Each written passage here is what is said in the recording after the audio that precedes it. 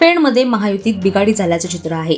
भाजप, राष्ट्रवादी आणि आरपीआय अशी युती झाली असून शिंदे गटाला महायुतीतून बाहेर ठेवल्यानं शिंदे गटाकडून 5 उमेदवार नगरसेवक पदासाठी उभे करण्यात आलेत. हे सर्व उमेदवार निवडून येतील असा दावा आमदार महेंद्र दळवी यांनी पेण येथे झालेल्या जाहीर प्रचार सभेत बोलताना केला. येथे काही धृतराष्ट्र आहेत जे महायुतीत मिठाचा खडा टाकतात.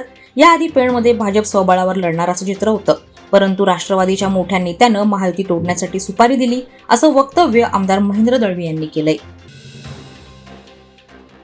दरवर्षीप्रमाणे यंदाही राज्यस्तरीय अटल करंडक एकांकिका स्पर्धेचं आयोजन करण्यात आलं असून प्रथम विजेत्याला 1 लाख रुपये आणि मानाचा अटल करंडक देऊन सन्मानित करण्यात येणार आहे. यावर्षी लोकनेते रामशेठ ठाकूर यांच्या अमृत महोत्सव वर्षानिमित्त मराठी आणि हिंदी चित्रपट सृष्टीतील तसेच रंगमंचावरील मान्यवर, अनुभवी अभिनेत्री, ज्येष्ठ रंगकर्मी नीना कुलकर्णी आणि रंगभूमी आणि सिनेक्षेत्रातील लोकप्रिय कलाकार सुनील बर्वे यांना गौरव रंगभूमीचा पुरस्काराने गौरवण्यात येणार असल्याची माहिती अखिल भारतीय मराठी नाट्य परिषद पनवेल शाखेचे उपाध्यक्ष आणि पनवेल महानगरपालिकेचे माजी सभागृह नेते परेश ठाकूर यांनी खांदा कॉलनी येथे पत्रकार परिषदेत दिली.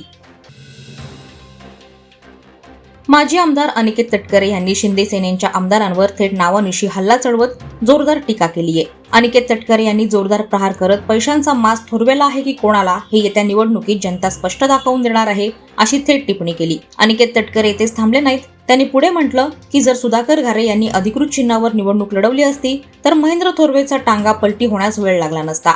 त्यांच्या या वक्तव्यामुळे स्थानिक राजकारणात चांगलीच खळबळ उडाली आहे. अलिबागमध्ये राधाकृष्ण सोसायटीमध्ये अचानक आग लागली. मीटर रूममध्ये लागलेली आग पाहून रहिवाशांनी त्वरित अलिबाग नगर परिषद अग्निशमन विभागाला कळवलं. काही मिनिटातच अग्निशमन दल घटनास्थळी दाखल झालं आणि त्यांनी आग विझवण्यासाठी तत्परतेनं काम सुरू केलं.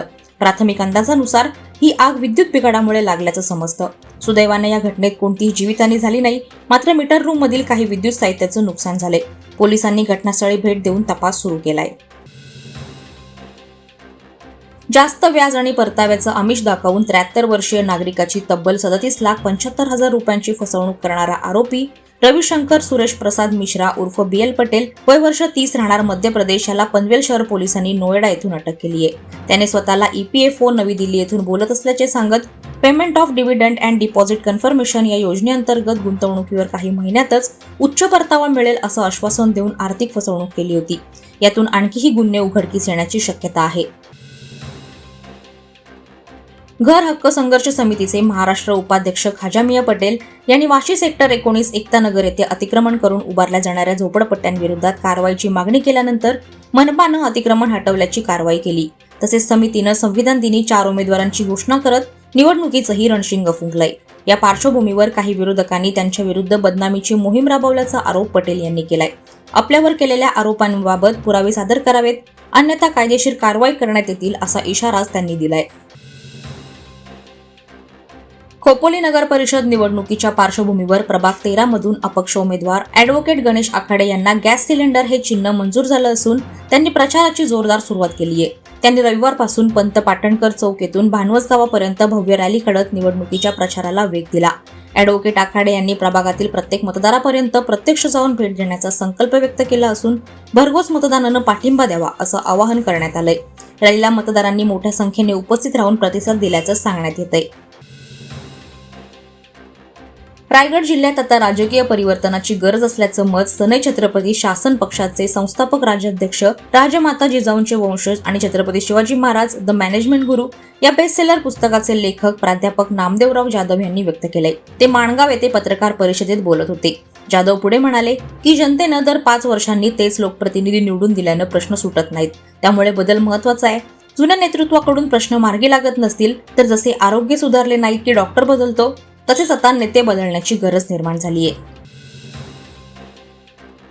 अलिबागमधील साळाव दरम्यानच्या महत्त्वपूर्ण पुलाच्या कामाला अखेर सुरुवात झाली असून स्थानिकांच्या दीर्घ प्रतीक्षेला पूर्णविराम मिळालाय. या प्रकल्पासाठी आमदार महेंद्र दळवी यांनी सातत्याने पाठपुरावा करून निधी आणि प्रशासकीय यंत्रणा गतिमान केल्यानं काम प्रत्यक्ष सुरू होऊ शकलंय. पुलामुळे रेवदंडा, साळाव तसेच आजूबाजूच्या गावांमध्ये वाहतूक सुलभ होणार असून शिक्षण, व्यापार, आरोग्य सेवा आणि दैनंदिन प्रवासाला मोठा वेग मिळणार आहे. नागरिकांनी या प्रकल्पाचं स्वागत करत परिसराच्या विकासाला नवी दिशा मिळणार असल्याचं सांगितलंय.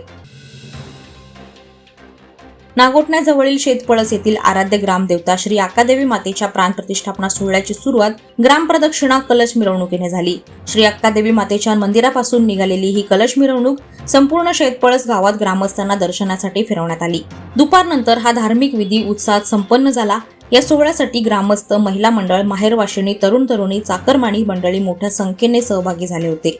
श्री अक्कादेवी मातेचा हा सोहळा 30 नोव्हेंबर पर्यंत विविध कार्यक्रमांनी संपन्न होणार आहे. वादळवारा लाईव्हसाठी न्यूज ब्युरो, रायगड. नवी मुंबई व रायगड जिल्ह्यातील ताज्या बातम्या आणि घडामोडींसाठी सबस्क्राईब करा वादळवारा लाईव्ह चॅनल आणि दाबा बेल आयकॉन.